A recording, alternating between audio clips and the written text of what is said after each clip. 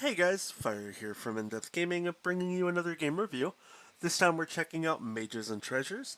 This game is developed by Light Up and published by Ratalaika Games and released on February 18th, 2022 for a price of $4.99. So, what is Mages and Treasures? It's classified as an action game, but it's more like a Zelda top-down view style game where you're this little mage guy doing potions and taking on little enemies and stuff in the world. We'll kind of skip through stuff if you want to read it. Pick the game up. But it's pretty much an on-the-rail flat version of Mario. If in a sense you're going to be going in and out of different areas, just simply attacking different enemies, collecting coins, trying to find keys, and fighting bosses.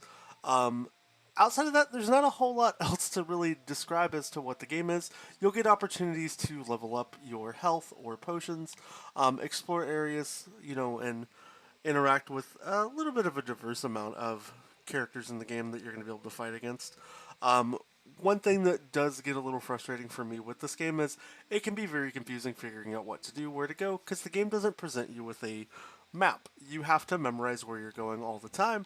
The game does present some puzzles, as you can see here, where you move barrels to trigger buttons and activate little pathways, but they're far from anything I would consider a puzzle, because it pretty much, the game says, hey, put this here, push that there, and you're done. There isn't really much figuring out how to solve any of these little puzzles. They're pretty straightforward, but I don't think this is a game that's meant for hardcore puzzlers. And I love my puzzle games. I've covered quite a bit of them here on the channel, and this is definitely a game that I know isn't trying to strike that nerve. It's trying to just be its own little top-down style game. We've had some similar games like this in the past hit Xbox, and they're okay. But for me, they're just kind of more of a something to play style game than a real experience that I think you're going to get to dive straight into. Outside of like very short little, you know, trailer tile cutscene things that you get to see, like we saw in the beginning when the game was starting, that I kind of skipped over. That's kind of it in sense of the story that's presented to you, and most of your abilities in the game are basically just going to be a reskinned, attack of the same style attack. Hit A, attack an enemy a couple times, rinse, repeat, do that again, and there you go. As far as visuals, I don't hate the game. I don't mind the way it looks. It's definitely that Zelda-y Pokemon, you know, view style and art style. It's a lot of here. I'm gonna copy paste this thing, copy paste that thing, and rinse and repeat your way into how the game works. The stuff that I don't really enjoy about the game, though, like I was saying, is just it's not. There's not a lot to do in the sense of things. Like you're just gonna walk from area to area, trying to find either the key that you need, or defeat enough enemies, or just try not to get yourself lost. And that's the most frustrating part about this game to me is it's so hard to lose your bearings as the game progresses on, and the bosses are really cool, look like they could do some crazy cool things, but most of the time you can just train them in a circle and walk around them, and you never have to worry about trying to deal with them. I think the highlight of this game is going to be the accompanying soundtrack that honestly saves this game for me in the sense of it was okay enough to play because I felt immersed in something, and it's really nice to listen to. I hope that the audio is at least up enough you guys can hear a little bit of this.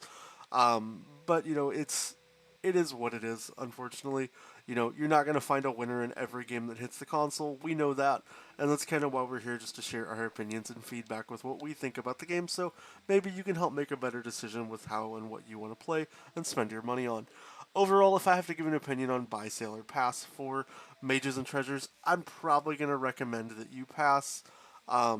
You could wait for a sale, but generally games that are at this price point don't go too much cheaper. You might save $1, but even at that point, I definitely think there's just better games out there to buy, unless you strictly just want the gamer score. You're probably looking at about 45 minutes to an hour, depending on just how quick you figure out how to navigate around. I don't really think anybody needs a guide for this game, so if you're watching this and wondering, should I watch an achievement guide to figure out how to beat this?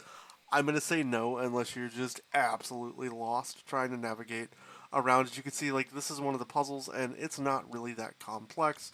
It's fairly straightforward when it comes to solving anything in this game. Unfortunately, you don't really have a lot of skill or challenges that are gonna stump you. It's just gonna be more frustration as, why is the game not doing what I want, or, you know, why is it too sensitive and moving this barrel that way versus the way I wanted it to go. And, you know, I think this game could have potential, but unfortunately, it's just kind of overshadowed by its super simplistic style and, for me, lack of any real difficulty or, depth to want to continue playing it. And I think that, that's ultimately why I'm giving the opinion of, pass on this game instead of picking it up.